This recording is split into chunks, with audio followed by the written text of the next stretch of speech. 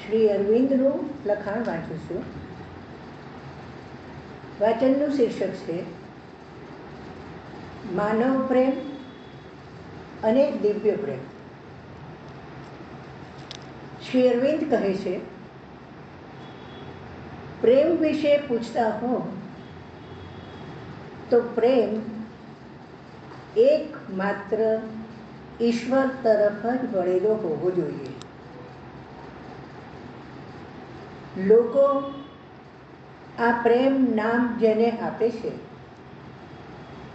એ તો છે કામના, પ્રાણનો આવેગ અથવા શારીરિક સુખના પરસ્પરના સંતોષ માટે કરવામાં આવતી પ્રાણગત આપલે.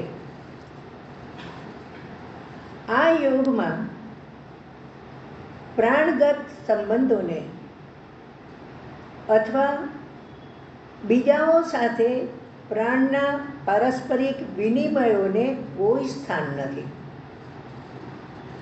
આવો કોઈ પણ સંબંધ કે વિનિમય તરત જ આત્માને નિમ્નતર ચેતના અને તેની નિમ્નતર પ્રકૃતિ સાથે બાંધી દે છે.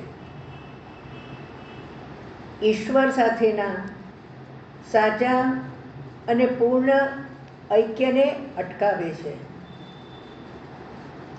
અતિમનસ સત્યચેતના પ્રત્યેના આરોહણને તેમજ અતિમનસ ઈશ્વર શક્તિના અવતરણને, એમ બંનેને તે બાધારૂપ નીવડે છે. વળી જો આ વિનિમય કામજન્ય સંબંધો અથવા કામજન્ય ભોગોનું સ્વરૂપ લે તો તે એથીએ વધુ ખરાબ દેખાશે. પછી ભલે તે કોઈ બાહ્ય ક્રિયાથી પોતાને વંચિત રાખે. તેથી સાધનામાં આ બધી વસ્તુઓનો સદંતર નિષેધ છે. માનવ પ્રેમ મહદઅંશે પ્રાણગત અથવા શરીરગત હોય છે, જેને મન બુદ્ધિનો ટેકો હોય છે. જો તેને ચૈત્ય પુરુષનો આત્માનો સ્પર્શ થયો હોય તો જ તે પ્રેમ નિસ્વાર્થ, ઉમદા અને પવિત્ર સ્વરૂપ અને અભિવ્યક્તિ ધારણ કરી શકે છે.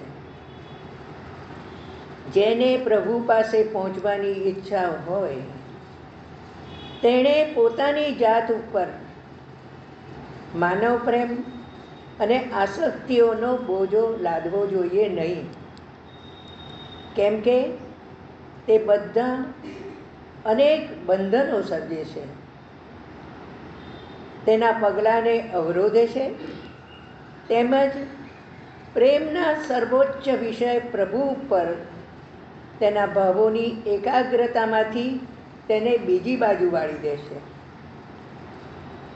જ્યારે વ્યક્તિ સાધના કરતી હોય ત્યારે તેણે પ્લેટોનિક લવ, આત્માના પ્રેમના દાવાથી પણ પોતાની જાતને સાવધાન કરી દેવી જોઈએ. કેમ કે ઘણી બધી વાર તે પ્રાણના આકર્ષણ અથવા આસક્તિને વશ થઈ જવા માટેનો અંચળો અને બચાવ જ હોય છે. પોતાના વ્યક્તિગત સંતોષને ખાતર અથવા બીજાઓના સંતોષને માટે પ્રેમની અભિવ્યક્તિ કરતાં આમ તેમ દોડાદોડી કરી મૂકવી, એનો અર્થ થાય તેને વેડફી નાખવો અને ગુમાવી દેવો. વ્યક્તિ પોતાની પ્રકૃતિમાં દિવ્ય બને તો જ તે દિવ્ય રીતે પ્રેમ કરી શકે. બીજો કોઈ રસ્તો નથી. પ્રભુ માટેનો સાચો પ્રેમ તો છે એક આત્મસમર્પણ, જેમાં કોઈ માગણી હોતી નથી, જે સ્વાર્પણ અને શરણાગતિથી સભર હોય છે. તે કોઈ દાવો કરતો નથી, કોઈ શરત લાદતો નથી, કોઈ બદલો માગતો નથી, ઈર્ષ્યા, અભિમાન કે ક્રોધની કોઈ હિંસા આચરતો નથી, કેમ કે આ બધી વસ્તુઓ તો તેના બંધારણમાં હોતી જ નથી. તમારા પ્રેમને કોઈ પણ સ્વાર્થી દાવા કે ઈચ્છાથી અભડાવશો નહીં. તમે જોશો કે તમે જેટલો ઝીલી શકો અને પચાવી શકો તેટલો બધો જ પ્રેમ તેના ઉત્તર રૂપે તમને પ્રભુ તરફથી પ્રાપ્ત થાય જ છે.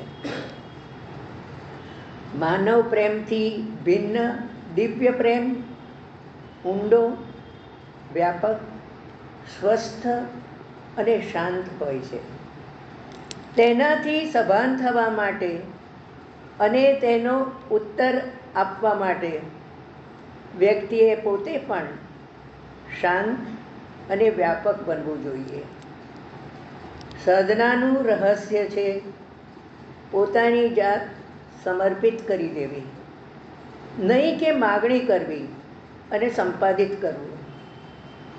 વ્યક્તિ જેમ જેમ પોતાની જાતને વધુને વધુ સમર્પિત કરશે તેમ તેમ તેની ગ્રહણ કરવાની શક્તિ વધુ ને વધુ વિકસતી જશે. પરંતુ તે માટે બધી જ અધીરાઈ અને વિદ્રોહ ચાલ્યા જવા જોઈએ. મને પ્રાપ્ત થતું નથી, મને સહાય મળતી નથી, મને પ્રેમ કરવામાં નથી આવતો, હું જતો રહું, જિંદગીનો અંત આણી દઉં અથવા આધ્યાત્મિક પ્રયાસ છોડી દઉં, આવા બધા સૂચનોને ઇનકારી કાઢવા જોઈએ. પ્રેમ અથવા શુભેચ્છા ગમે તેવા હોય, તેમ છતાં માનવીય ભાવ હંમેશા ક્યાં તો અહંકાર ઉપર આધારિત હોય છે અથવા તો સખત રીતે અહંકાર મિશ્રિત હોય છે. તેથી તે કદાપી શુદ્ધ ના હોઈ શકે. ઉપનિષદમાં કહેવામાં આવ્યું છે કે મનુષ્ય પત્ની કે બાળક કે મિત્ર આદિને તેમના માટે નહીં પરંતુ પોતાના માટે જ પ્રેમ કરે છે. સામાન્ય રીતે જે વ્યક્તિને પ્રેમ કરવામાં આવે તેની પાસેથી બદલાની, કોઈક પ્રકારના ફાયદા કે લાભની મનોગત, પ્રાણગત કે શરીરગત સુખો અને ભોગોની આશા રાખવામાં આવે જ છે. આ બધું લઈ લો અને તરત જ પ્રેમ ડૂબી જાય છે, ઘટી જાય છે અથવા અદૃશ્ય થઈ જાય છે. અને કેટલીક વાર તો તે ક્રોધ, ઠપકો, ઉપેક્ષા કે ધિક્કાર શુદ્ધમાં બદલાઈ જાય છે. અસ્તુ.